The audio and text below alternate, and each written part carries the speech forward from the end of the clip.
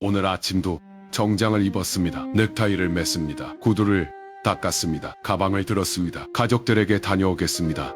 하고 집을 나섰습니다. 그런데 갈 곳이 없습니다. 회사가 없어진 지 벌써 3달이 됐습니다. 공원 벤치에 앉았습니다. 지나가는 사람들을 바라봤습니다. 출근하는 사람들을 봤습니다. 그들 중에 내가 있어야 하는데 하는 생각이 들었습니다. 점심시간이 됐습니다. 편의점에서 삼각김밥을 샀습니다. 혼자 먹었습니다. 퇴근 시간이 됐습니다. 집으로 돌아갔습니다. 오늘도 잘 다녀왔어 하고 말했습니다. 이것이 가장의 하루입니다. 가족을 사랑하기 때문에 말하지 못하는 것입니다. 가족을 사랑하기 때문에 정장을 입고 나가는 것입니다. 오늘은 이 이야기를 정면으로 마주하겠습니다. 먼저 한 가지를 말씀드리겠습니다. 이 상황에 있는 분들이 생각보다 훨씬 많습니다. 통계청에 따르면 실직 후 가족에게 즉시 알리지 않는 가장의 비율이 상당히 높습니다. 특히 40대 50대 남성에서 이 현상이 두드러집니다. 왜 말을 못할까요? 실직 자체보다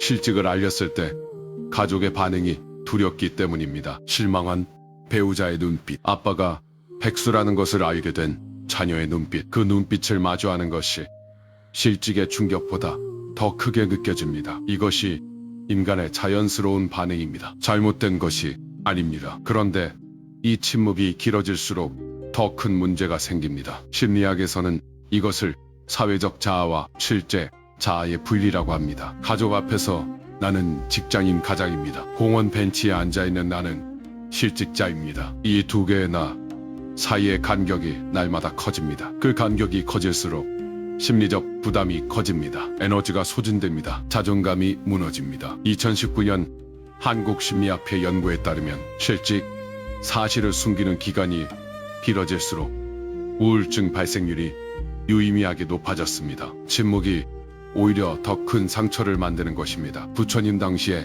이런 이야기가 있습니다. 부처님의 제자 중에 마나마라는 사람이 있었습니다. 그는 왕족 출신이었지만 사업에 실패해서 모든 재산을 잃었습니다. 그런데 그는 이 사실을 주변 사람들에게 말하지 못했습니다. 왕족 출신으로서 체면이 있었기 때문입니다. 혼자 고통을 감내하며 겉으로는 아무렇지 않은 척 살았습니다. 어느 날 부처님께서 마하나마에게 말씀하셨습니다. 강물은 자신이 돌을 만나 굽어 흐른다는 것을 부끄러워하지 않습니다. 오히려 돌을 만났기 때문에 더 아름다운 물소리를 냅니다. 당신이 지금 만난 어려움이 당신을 굽히게 할 수 있습니다.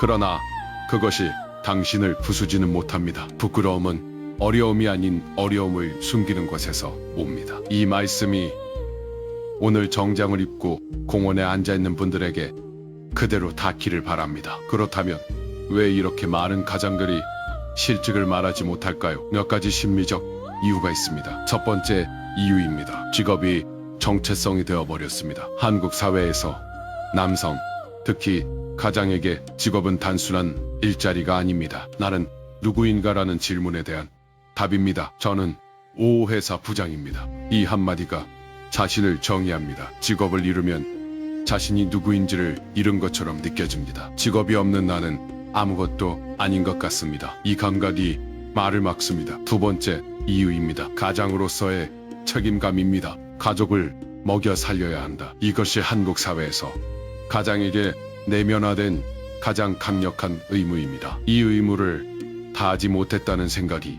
극심한 죄책감을 만들어냅니다. 내가 실직했다는 것을 말하는 순간 나는 가장으로서 실패한 사람이 됩니다. 이 생각이 입을 막습니다. 세 번째 이유입니다. 주변의 시선에 대한 두려움입니다. 친척들, 이웃들, 친구들, 그들이 알게 됐을 때 어떤 시선으로 볼지가 두렵습니다. 불쌍하다는 시선, 노력 없다는 시선, 그 시선이 실직 자체보다 더 아프게 느껴집니다. 네 번째 이유입니다. 금방 해결될 것이라는 기대입니다. 이번 주에 면접이 있다. 다음 달에는 취직될 것이다. 그때 가서 말하면 된다. 이런 기대가 말을 미루게 만듭니다. 그런데 취업이 예상보다 길어지면서 더욱 말하기 어려워집니다. 이제 어떻게 해야 할까요? 첫 번째 방법입니다. 오늘 말씀하십시오. 이것이 가장 어렵고 가장 중요한 방법입니다. 배우자에게 먼저 말씀하십시오. 가장 두렵겠지만 가장 필요한 일입니다. 어떻게 말할지 모르겠다면 이렇게 시작하십시오. 나 사실 요즘 많이 힘들어. 할 말이 있는데 어떻게 꺼내야 할지 모르겠어. 이 한마디면 충분합니다. 말을 꺼내는 것이 가장 어렵습니다. 꺼내고 나면 의외로 가벼워집니다. 많은 분들이 말한 후에 이렇게 말씀하십니다. 진작 말할 걸 그랬다고. 배우자의 반응이 내가 두려워하던 것과 달랐다고. 두 번째 방법입니다. 배우자를 신뢰하십시오. 배우자가 실망할 것이라고 단정 짓지 마십시오. 많은 분들이 배우자의 반응을 미리 최악으로 상상합니다. 그런데 실제로는 다른 경우가 훨씬 많습니다. 걱정했어. 같이 해결하자. 많은 배우자들이 이렇게 반응합니다. 배우자는 적이 아닙니다. 같은 편입니다. 혼자 짊어지지 마십시오. 부처님은 이렇게 말씀하셨습니다. 무거운 짐은 나눠 들면 반이 됩니다. 그런데 혼자 들면 2배가 됩니다. 세 번째 방법입니다. 직업과 자신을 분리하십시오.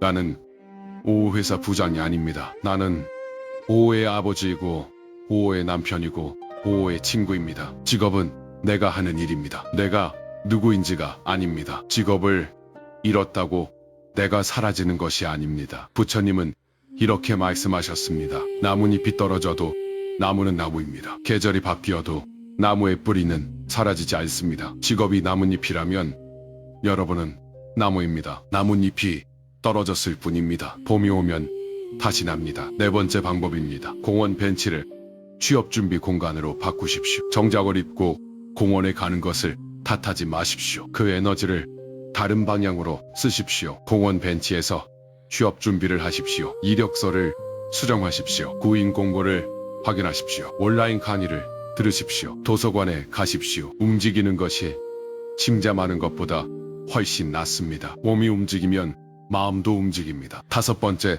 방법입니다. 전문가의 도움을 받으십시오. 실직 후 우울감이 심하다면 혼자 해결하려 하지 마십시오. 고용센터에 가십시오. 취업 상담을 받으십시오. 필요하다면 심리 상담도 받으십시오. 도움을 요청하는 것이 약한 것이 아닙니다. 가장 현명한 선택입니다. 혼자 감당하려 하지 마십시오. 여섯 번째 방법입니다. 오늘 하루의 작은 성취를 인정하십시오. 실직 중에도 매일 무언가를 하고 있습니다. 이력서를 한 줄 수정했습니다. 운동을 30분 했습니다. 가족과 밥을 함께 먹었습니다. 이 작은 것들을 인정하십시오. 자존감은 큰 성취에서 오는 것이 아닙니다. 매일의 작은 성취들이 쌓여서 만들어집니다. 부처님은 이렇게 말씀하셨습니다. 천리길도 한 걸음씩입니다. 오늘의 한 걸음이 내일의 천리를 만듭니다. 마지막으로 이 말씀을 드리고 싶습니다. 정장을 입고 공원에 앉아있는 그 자리, 그것이 여러분이 얼마나 가족을 사랑하는지를 보여줍니다. 가족에게 걱정을 끼치지 않으려는 그 마음, 가족을 지키고 싶은 그 마음, 그것이 가장의 사랑입니다. 그런데 이제 그 사랑을 다른 방식으로 표현하십시오. 숨기는 것이 아니라 솔직하게 말하는 것으로, 혼자 감당하는 것이 아니라 함께 헤쳐나가는 것으로. 그것이 더 깊은 사랑입니다. 실직은 끝이 아닙니다. 새로운 시작을 위한 준비 기간입니다. 그 준비 기간을 정장 입고 혼자 공원에서 보내지 마십시오. 가족과 함께 이겨내십시오. 여러분은 혼자가 아닙니다.